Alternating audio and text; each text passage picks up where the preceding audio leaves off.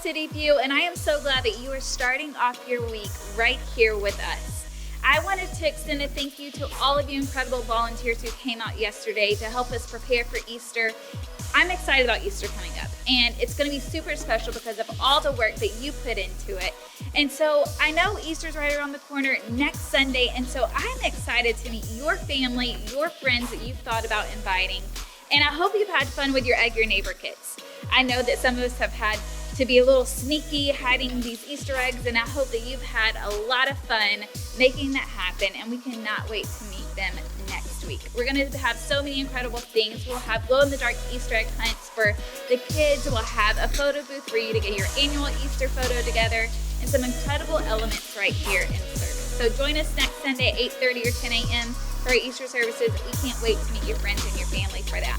Now, we are closing out our sessions for Connect groups this Wednesday night. So we're going to have a party. So bring your favorite party dish right here at 6:30. We're going to have a great time closing out this incredible series that we've been in. We hope you can make it. And we'll be kicking off another season soon. But if you haven't made it yet, come join us. It'll be awesome. Right now, we're going to get right back into a Tighten the Knot series. It's been so good. And today, I'm telling you, it's going to inspire you and encourage you to live your relationships to the best of your ability. So let's jump right in, and I'll see you right after.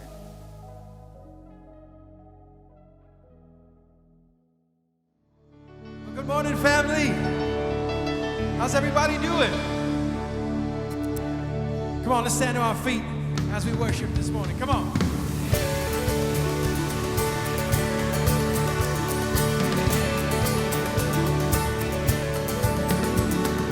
Buried beneath my shame.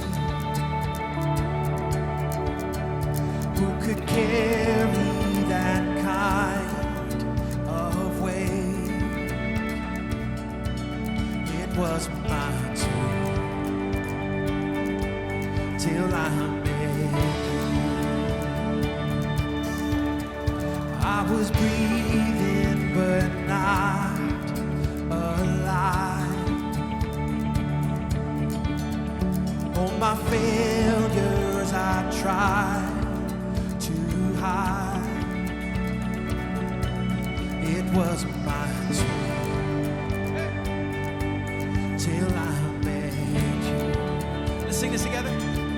You called my name and I ran out of that grave.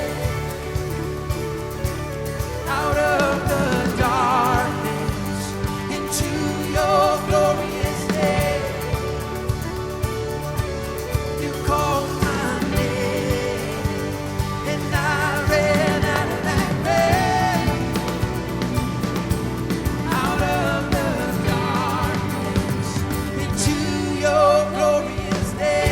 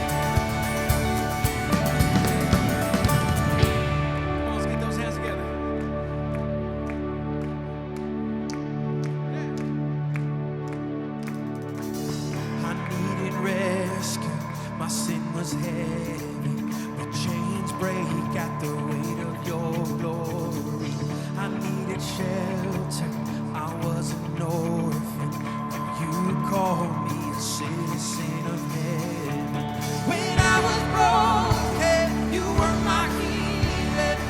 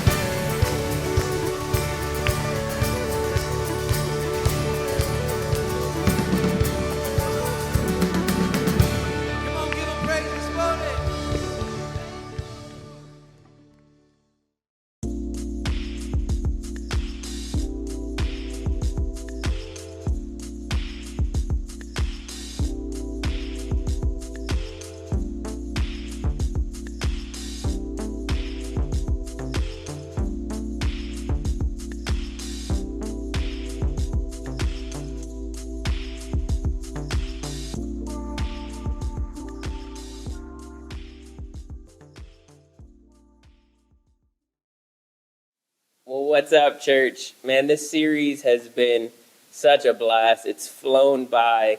And I have to be honest, I feel like the Lord has challenged me so much in my relationships through this series, and I hope that he's done the same for you.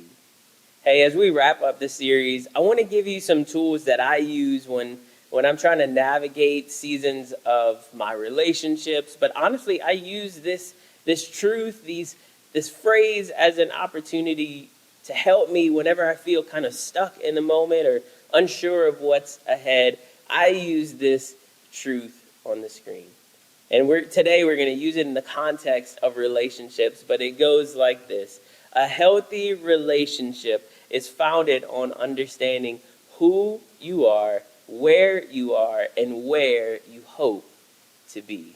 Who you are, where you are, and where you hope to be. Now, that word relationships can be replaced with a lot of different things, depending on what you're navigating.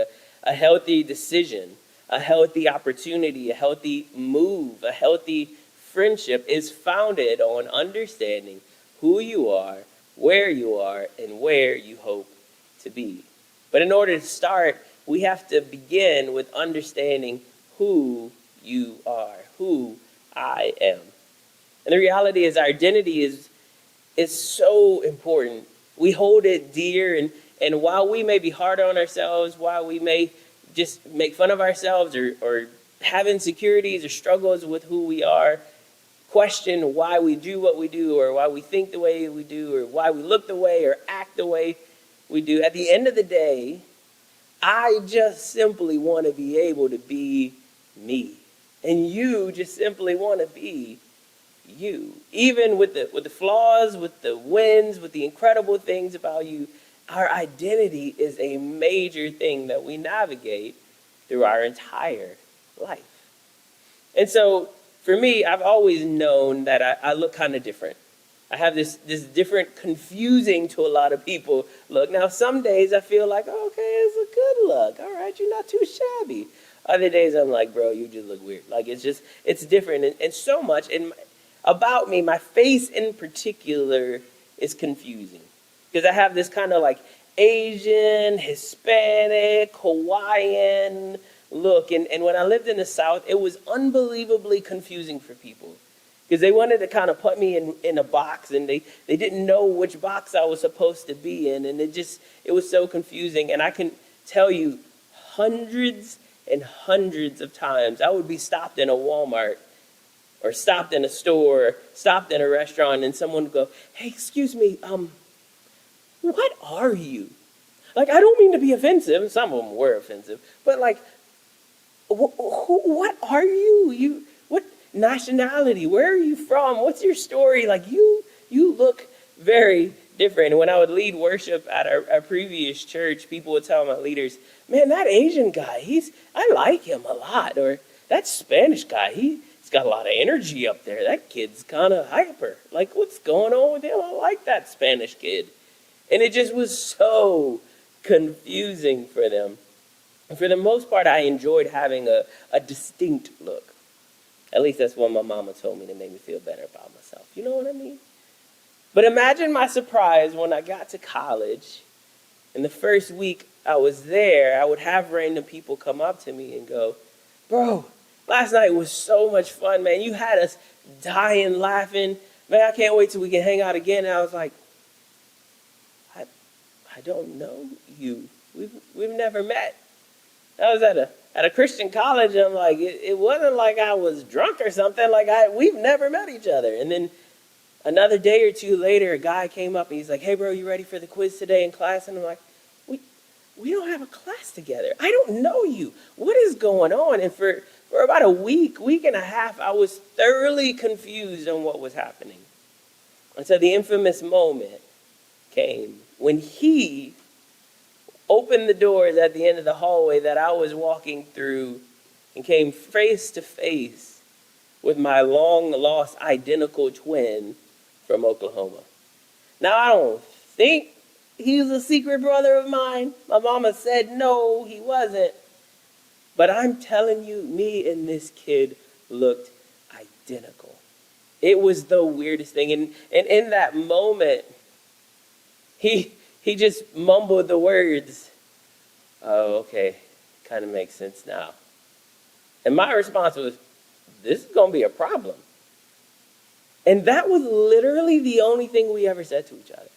We didn't embrace each other. We didn't ask questions. We didn't learn each other's stories. It was this awkward moment of just feeling robbed.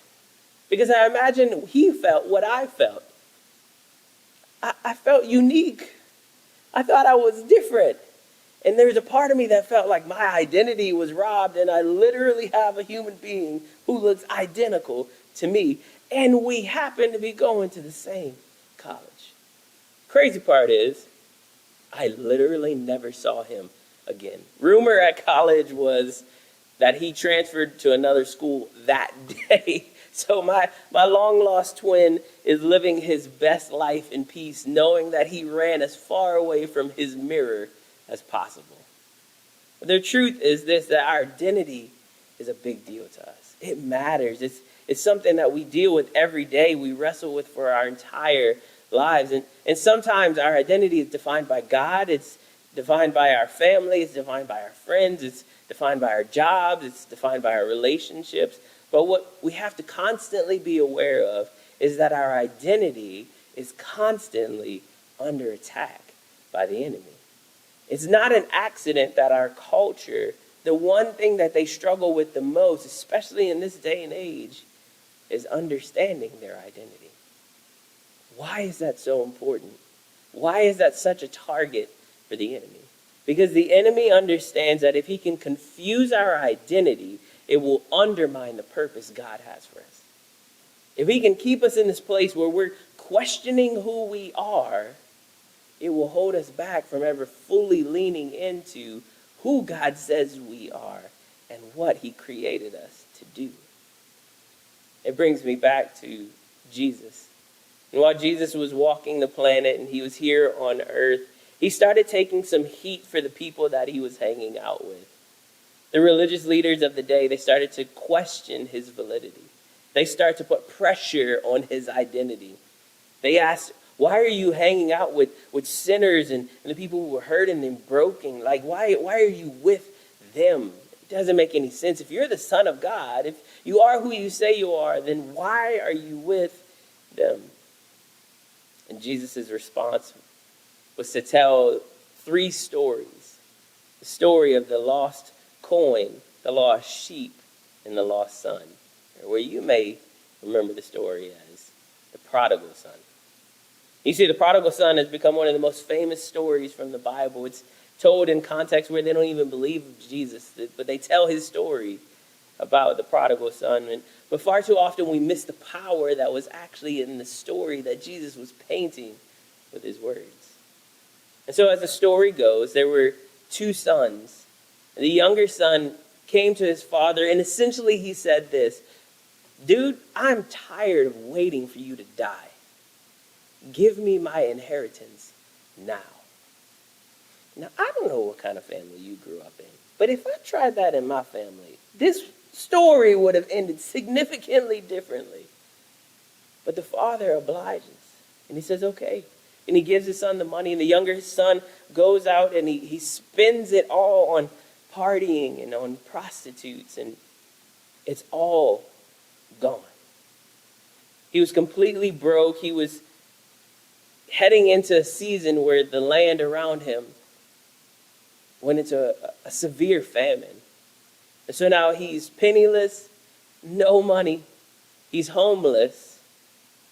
And because of the economy, he's struggling to find a job. And so the one job that he could find, the one thing is the worst of the worst for a Jewish boy.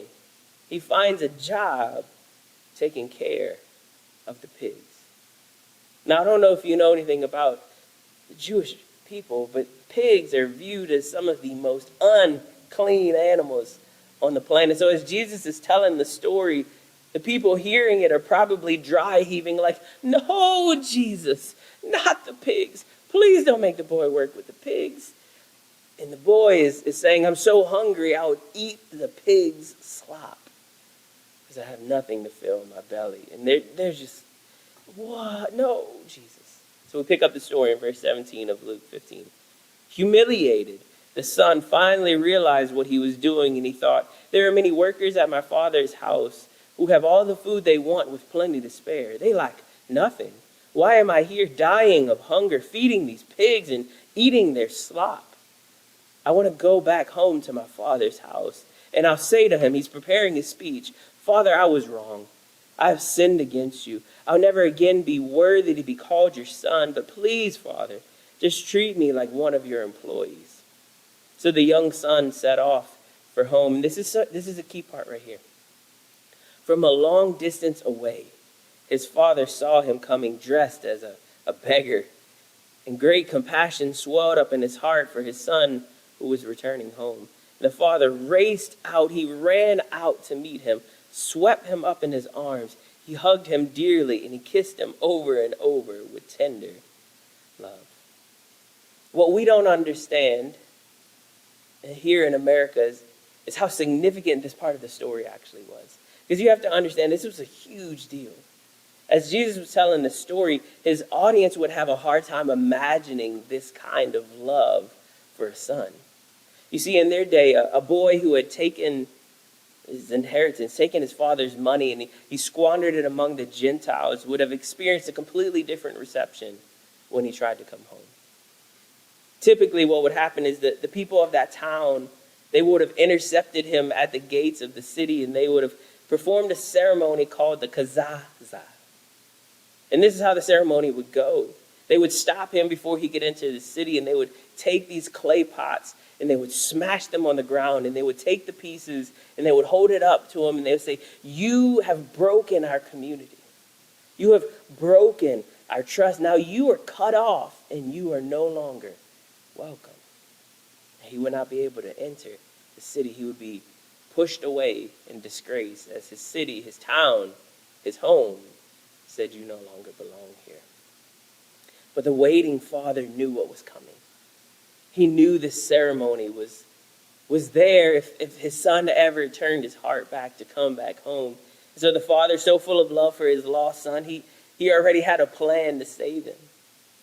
And so day after day, he's waiting expectantly, his eyes focused and trained on the long road leading up to the gates of the city, just hoping that one day he would see his son coming home.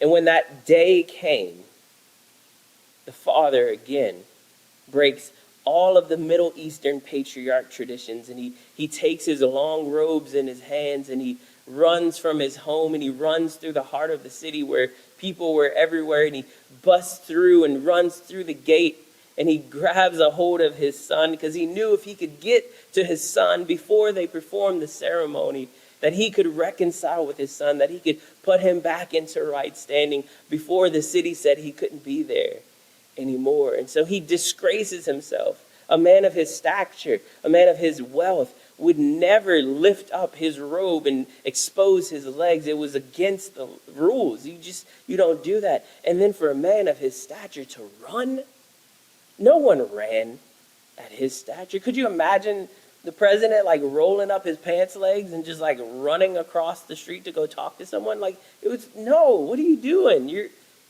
can't do that. But the father humiliates himself. And before the townspeople could perform the kazaza, the father redeems the son.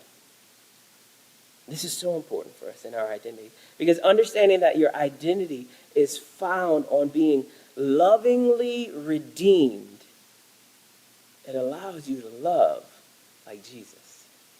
That your identity is founded on being redeemed. That redeemed is the key word there. And as we talked about last week, is understanding how we're loved, it changes everything. You see, in the story, the father ignores the speech of the son as it continues. Dad, I have messed up. And he's like, shush. The son is telling him how unworthy he is to be returned back. The father begins to redeem the son. And he gives him his robe, his ring, and sandals. Now these three gifts, each of these gifts from the father was proof of his love, and each conveyed this powerful meaning in that culture. You see, the robe was a symbol of rest.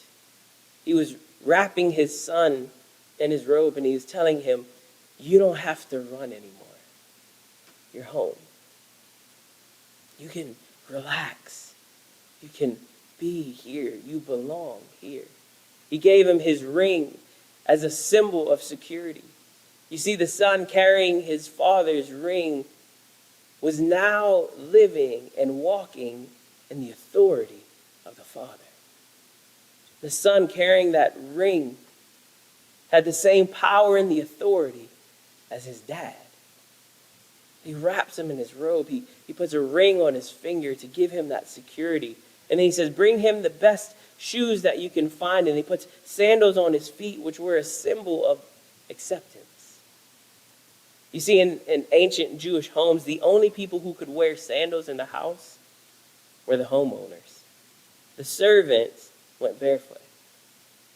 So in this moment, the father says, you're welcome home. You're safe here. He gives him the ring. He says, you belong. You're not a servant. And he puts shoes on his feet. He says, this is your home. You are an owner. You are my son. It's so much more than the boy expected. These three gifts told him the truth about his identity. And I wonder what would happen if you allowed God to do the same thing for your identity. We have to understand that without truly understanding who we are in Jesus, we will try to give love that's built on our own understanding, our own insecurities, and our own experiences. But understanding who we are is the first step in discovering a healthy relationship. And once we understand who we are, we have to understand where we are. And here's the truth you need to see. Understanding your identity helps you discover what season you are in relationally. Understanding your identity, how you're wired, what God says about you, that's foundational. And from there, once you understand who you are, you can truly evaluate what season you're in. Several years ago, I came across a book and a resource by Gary Chapman called The 4 Seasons of Marriage. Now, the book that I have is almost 20 years old, but the wisdom in it really helped Lauren and I walk through a season where we felt like we were disconnected and we didn't really understand why. We didn't know what was happening. Obviously, we were navigating grief and we were navigating major transitions and so much was happening in our life, but we just couldn't seem to get past it. And the Lord brought me to this book, and as I started reading it, it was such an incredible resource to me. And the idea behind the book is that in our relationships, we're in one of 4 seasons, the seasons that we all know: winter, spring, summer, or fall. And that each of these seasons of our relationship, it comes with its own emotions, its own attitudes, its own actions, and how he describes it, its own climate, what it feels like, the culture, the environment of how it feels. And we don't have time to fully unpack all of these, but I wanted to put this in your notes. I wanted you to have this as a resource to start just opening the door to understanding what season you are in your relationships. Because when you determine where you are, it helps you know the actions needed to get through or to stay in a healthy season and help you get through the challenging ones. And so the way he describes it is this: the winter season, the emotion that you have there, this is the worst season that you could be in. It's hurt and anger, disappointment, loneliness, rejection. The attitudes that come with winter is one of negativity and discouragement and frustration, hopelessness. The way he would describe it is that the actions are destructive. They're hurting. It's speaking harshly to one another. Or even worse than that, closing ourselves off so that we don't speak at all. For some people, this season is where things turn violent. Just so beyond the heart of God, this violence that would ever be in our relationship. The climate, as he would describe it, is that couples are unwilling to negotiate differences. They view these differences as deal breakers. The way that you think, the way that you act, the way that you process, it's wrong. And not only is it wrong, but it's wrong for me, and we're never going to get through this, and we shut down, and conversations turn to arguments, or spouses just withdraw and they don't connect with one another. Challenge is this. Winter does not mean that the relationship is over. What it means is this: the opportunity is that when the failures of winter are confessed, when the failures are confessed and forgiven, forgiveness leads to love. And love can change any season. So if you find yourself in a season of winter in your relationship, in your marriage, in your connection with a friend, connection with your parents or family members, the key to get out of that season is forgiveness. Forgiveness will lead to love. The next season is the spring season. The way he describes the emotions it's excitement, it's joy, it's hope. It's almost like newlyweds. But spring comes not only when you're newlyweds. The attitudes are one of anticipation and optimism, gratitude, love, and trust. The actions are nurturing, it's planning, it's dreaming, it's communicating, it's seeking help when we need it. But I love how he describes the climate. The climate is one where it's a season of planting seeds from which you hope to harvest happiness.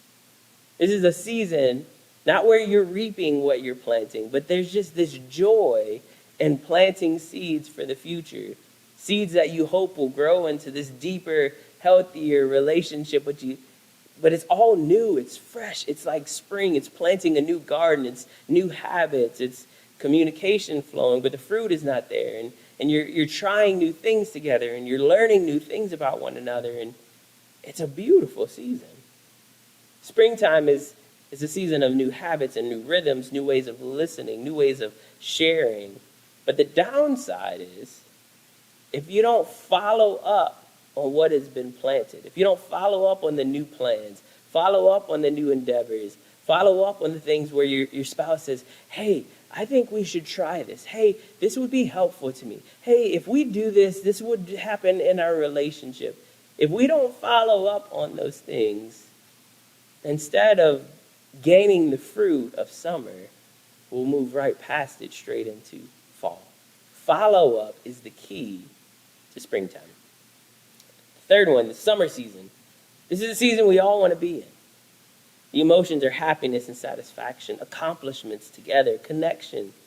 Attitudes are trust and commitment to growth, and it's just relaxed. It's just easy with one another. The actions are communicating constructively. It's not ignoring it. It's accepting differences. It's growing spiritually and emotionally with one another.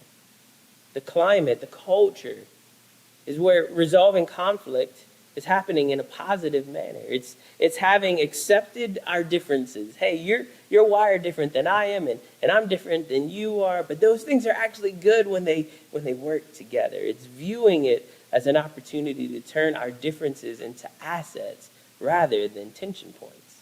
It's this deep feeling of togetherness. But in order to stay in summer, in order to stay in the season that we all want to be in order to stay in that season where we're reaping the fruits from the healthy seeds we've been planting, it requires evaluating and navigating the unresolved conflicts that are waiting below the surface. Those little things within us where that's just slightly annoying. You know, when you do that, it's slightly offensive. Like, I'm not all the way offended, but it's getting kind of close. It's slightly concerning. But if you leave those slightly things undealt with, without realizing it, they will eventually start to grow and slip into the season of fall. The final season of fall is the emotions are fear and unexpected sadness. It feels like there's a cloud over the relationship. There's apprehension, this feeling of being underappreciated. The attitude is one of concern, of uncertainty. Blame starts to slip into the conversation. Maybe there's feelings of neglect, a failure to face issues or progress past these recurring issues that just keep happening over and over again. The climate is one where couples sense that something is happening. Something's just off. but we're not sure what.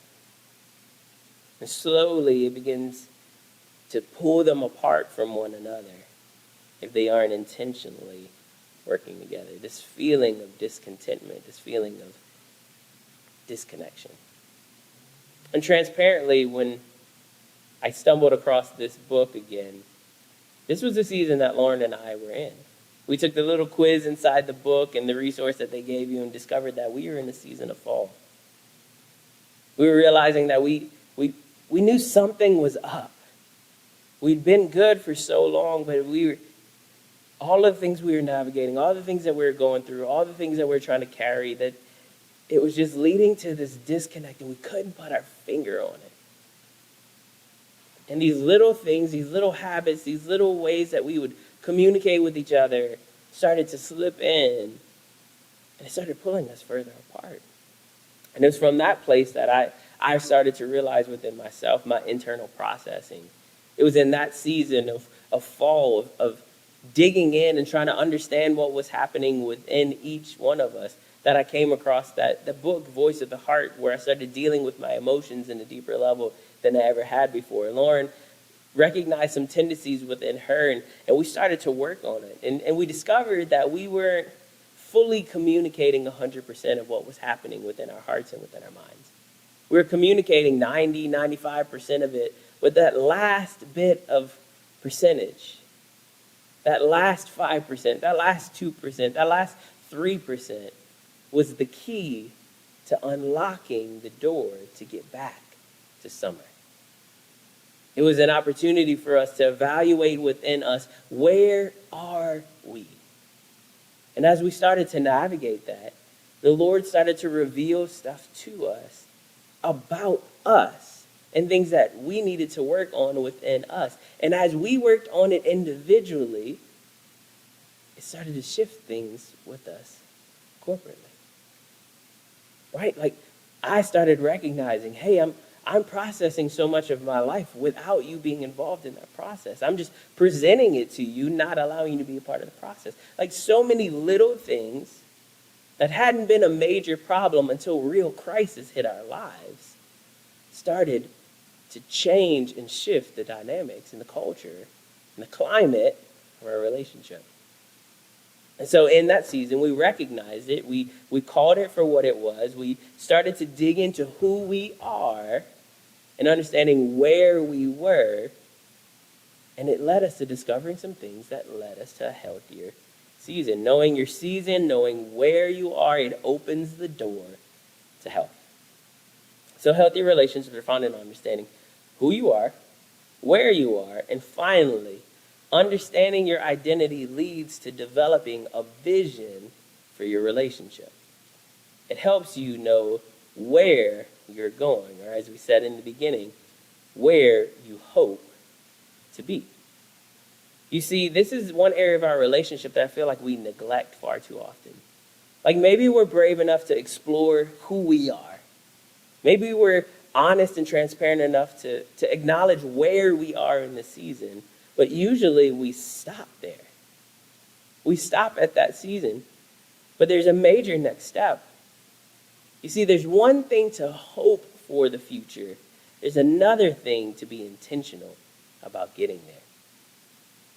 It's one thing to go, man, I hope in the future because of the things that we're doing, we're going to get there. It's like, no. There's a different level when we go, hey, what do we need to do to intentionally get to the future we hope and we dream will be us 2 years and 3 years and 5 years from now?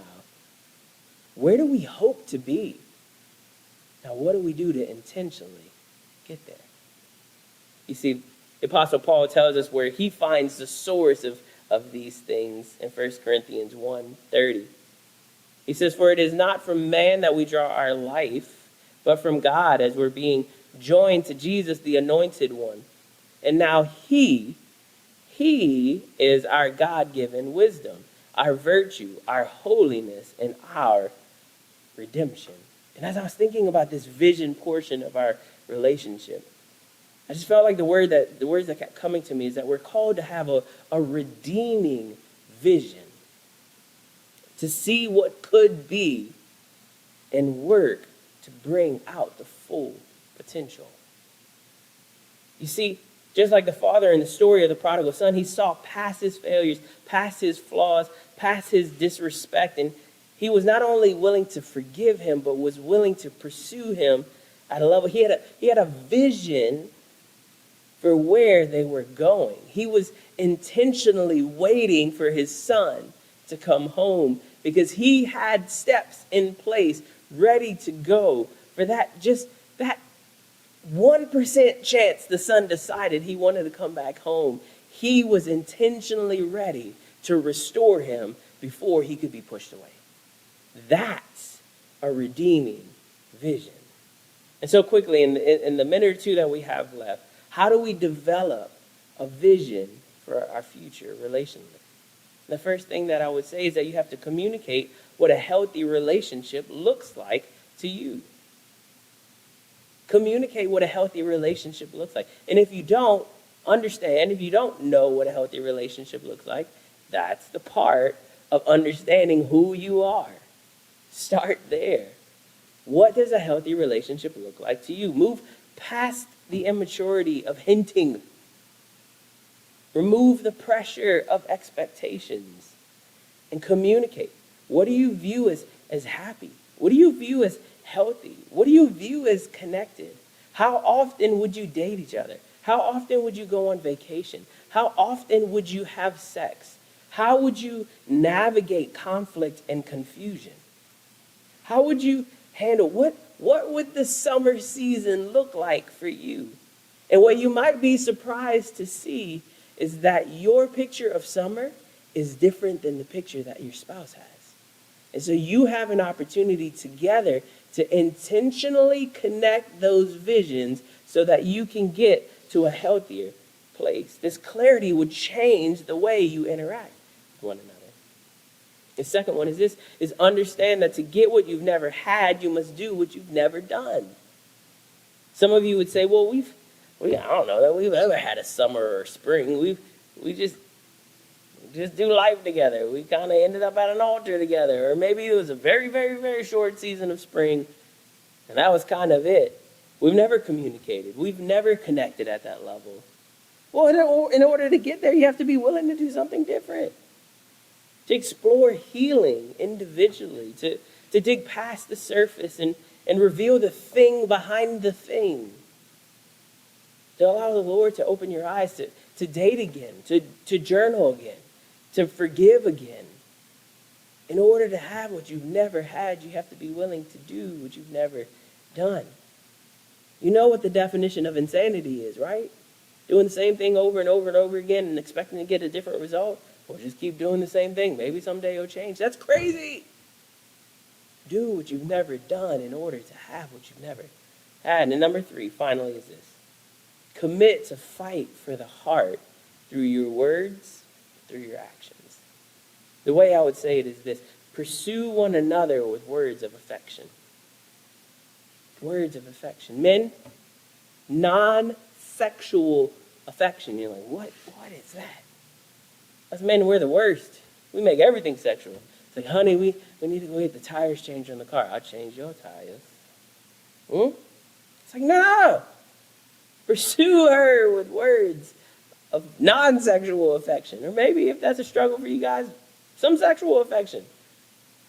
Stir something up. Pursue one another with words of affection. One of the key hints that I always tell young couples is this. Add the word because behind the phrase that you're saying. I love you because. You're awesome because. I'm proud of you because. It changes the whole phrase when you add that because it takes it to a deeper level. Pursue one another with words of affirmation. Far too often we hide our insecurities behind false pride or false confidence, and we have to understand that you have the opportunity to call out greatness in the person that you love. And so I challenge you for this season, instead of telling him for the 100th time what he's done wrong, tell him what you believe he could do right. Call out greatness in him. Men, for you, and instead of making her feel like she isn't enough or isn't this or isn't that, What would happen if you started to remind her why she's the one person out of the billions of women in the world, you chose her? What would happen if you started to affirm your love for her through your words? And the final thing is this: choose to trust each other's motives rather than believing the lies of assumptions. Trust each other's motives. When you hear that little voice in your head saying, she's ignoring you on purpose, he did that just to hurt you, ask yourself, do I really believe this? What would happen if you silenced the lies and replaced it with the truth? Do I truly believe that the man or the woman that I love is purposefully trying to hurt my feelings, is purposefully trying to break my trust, is purposely trying to ignore my needs? Do I really believe that? Or is it possible that it was just simply unintentional? Trust each other's motives rather than believing the lies of assumption. Remember, a healthy relationship is founded on understanding who you are, where you are, and where you hope to be. As we talked about in this series, close the gap between your intentions and your expectations. Ask yourself, am I being shaped by pressure, or am I being shaped by principles? Am I committing to fight fair? And am I being honest with myself about who I am and the season that we're actually in? And will I take the challenge of actually, with God at the center, creating an intentional vision for the future I hope to see? God wants you to have a vibrant, healthy marriage. And it's possible. Even for those who may say, Danny, we are in the throes of winter. God can heal. I believe that he can restore and redeem because he's been doing it since the beginning of time. And if he did it then, why couldn't he do it now? Let's pray. Heavenly Father, what a challenging series. A series where you've stirred up things within me and stirred up things within each of us that have called us to focus on things in a completely different way. Heavenly Father, I pray right now that you would just allow your presence to rest on your people, that you would help us this week to dive in and understand who we are better. And maybe for some of us, we know exactly who we are, but we've just done a poor job of communicating that to the person that we love. We assume and expect them to know all of those things, and we haven't taken the steps to share it. God, reveal to us, bring clarity to the season that we're in relationally. Help us know those steps that we need to take to move past maybe those seasons of challenge, those seasons of uncertainty, those seasons where there feels like there's some disconnect and we hope things will get better, but it doesn't seem like they are. Would you bring clarity to what season we are and clarity to the next steps we need to take? And finally, Father, would you put a burning, red-hot, passionate vision within our hearts for the future of our relationship? Something that wakes us up in the morning, calls us and drives us to want to be better for one another. That we are chasing after this vision for our future with one another that is so grounded and so founded in you that we can't wait to take the necessary steps, the intentional steps to get there. Give us a redeeming vision to see what could be, and give us the heart to take what was and bring it back and heal it and make it stronger in order to have what we hope we would have. We love you. We thank you. We pray all of this in Jesus' name. Amen. Don't you just love how he unpacked the seasons of marriage? And honestly, these can apply to your seasons of other relationships that you have in your life as well. And so this week, think about those seasons in your life.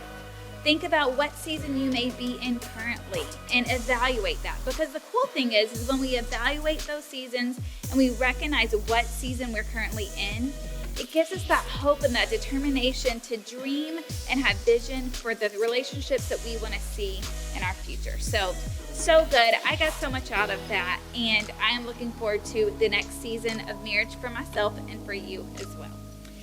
Again, thank you for your generosity. I mean, you guys that showed up yesterday to make this day so special for Easter coming up and all the work that you put into it, it's incredible. But not only that, you partnering with us financially will make such a big impact in so many lives in our community, in your friends, and your family for Easter next Sunday. We've talked about it that many times Easter and Christmas are the two times that people may be open to coming to church. And so your generosity is making a difference to make an imprint on these people's lives that come in and give Jesus one more shot or give church another chance. So thank you for your generosity that makes that happen. You can give to cityviewcc.com/give. Continue to partner with us there to make a difference in other people's lives. We're so grateful for you. Remember, Connect Group closing out this Wednesday night, 6:30. Can't wait to see you there. And Easter, be there. It's going to be super special. Have an incredible week, and I'll see you next Sunday.